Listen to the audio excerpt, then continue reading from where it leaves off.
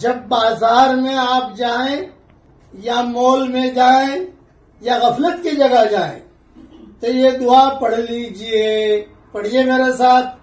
لا الہ الا اللہ وحدہ لا شریک لہ لہ الملک وَلَهُ الْحَمْدُ يُحْيِي وَيُمِيتُ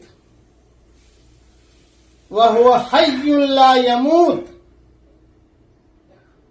بِيَدِهِ الْخَيْرُ وَهُوَ عَلَى كُلِّ شَيْءٍ قَدِيرٌ.